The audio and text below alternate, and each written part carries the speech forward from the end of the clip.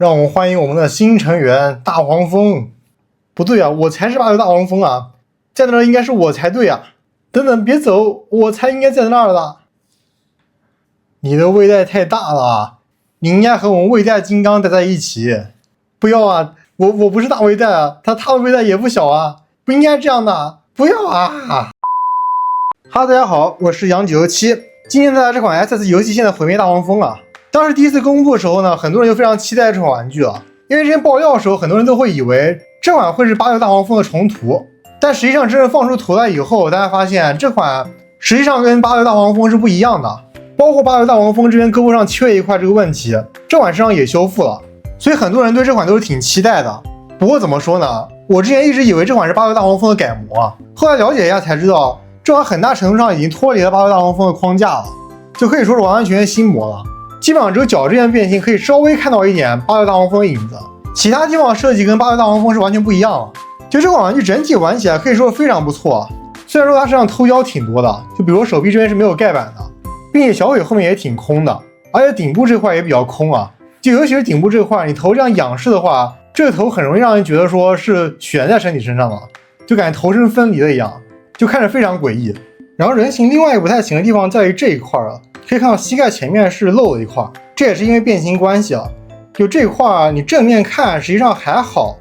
但你斜正面或者侧面看的话就非常明显。除此之外呢，我觉得其实都挺好的啊，设计上可以说是我玩过地级里面比较偏复杂的了，就感觉复杂度都可以赶上部分危级了。而且变形设计我个人也挺喜欢的，就很多地方都挺巧妙的，造型上我觉得也挺不错的，跟86比起来真的是一个天上一个地上的。头雕上这次用的也是白漆，而不像86那样用的是银漆，头雕上也没有86那种抿嘴的感觉了。我个人是觉得比86要好看一些的。86这个银漆其实挺疑惑的，MP45用的也是白漆啊，就不知道为什么86要用银漆，因为小腿上这次由于有了过渡，所以看起来不像86那样看起来那么瘦弱了。86这个看起来实在太瘦了，导致它的脚部跟小腿产生很大的断层，就大小上有个非常明显的差异。毁灭就没有这个问题了，并且86由于成本限制，所以不像 MP 这样做喇叭裤设计了，并且毁灭上半身也不再像86那样横向那么突出了。虽然你要比背包的话，毁灭背包其实也挺大的，但是可以看到，一个是毁灭有一个这样倒三角一样的造型，所以说身形上比86要看起来自然一点。第二，86这个胸实在是太过于往前挺了，就胸这边零件也很厚啊，就毁灭的话胸这边零件没有那么厚，而且毁灭裤衩跟上半身它这个一体性也比86要强一些，所以整体毁灭的观感并没有像86看起来那么难看。这里把几个小个子大黄蜂放在一起做对比吧，可以看到从矮到高是这个样子。不过拿 MP 跟他们对比是有点欺负人了，这 MP 毕竟跟他们不是一个比例的。这里再拿毁灭擎天柱放在一起做对比，这个比例上我不知道在游戏里面是不是这个样子啊，感觉在玩具上看起来算是比较和谐的。配件方面就比较难评了，就这个配件给了2把枪啊，这为什么说2把呢？因为这2把看起来是2把枪，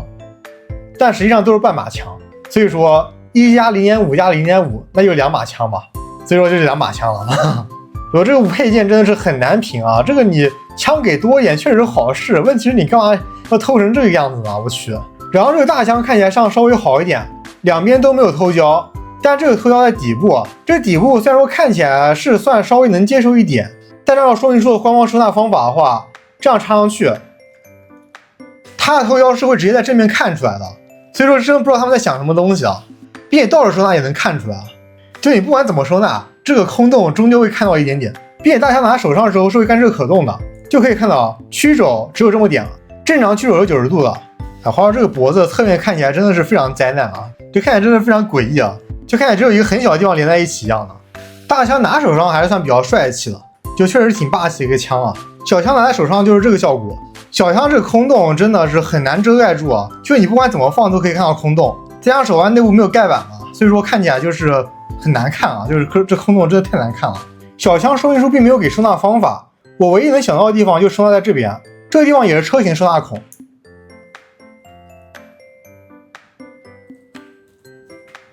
收纳完成以后就是这个样子，就这样子看起来是没什么大毛病，但实际上收纳完以后它的脚会增厚，所以导致你想做一些比较外八的姿势的话，后面是会干涉的。那么这款总的来说我个人觉得还算可以啊，就是整体的话造型还不错的，就偷胶比较严重啊。那接下来看一下它的可动吧，头部抬头是这么多，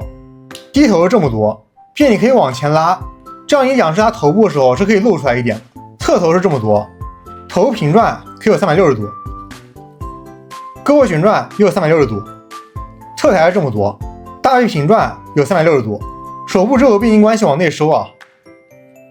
其他就没有可动了。腰部可以旋转360度，腿部前踢这么多，后踢这么多，侧踢这么多，大腿平转在这里有360度，屈膝是这么多，脚部接地有点小，只有45度左右，然后变形关系有往后接地，可动可以说是中规中矩了，算比较符合我对第7可动的预期。那么接下来看一下变形吧。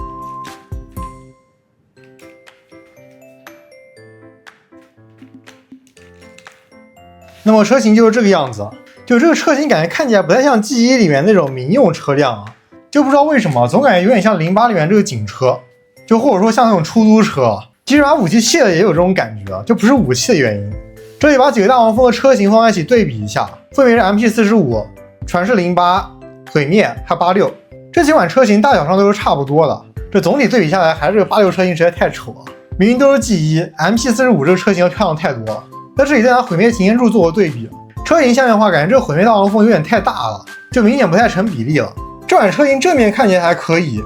但背面有点惨不忍睹啊！就这个车灯配这个手，感觉有一种那么强这个表情包那种感觉啊。滚动性上这个可以说是不太行，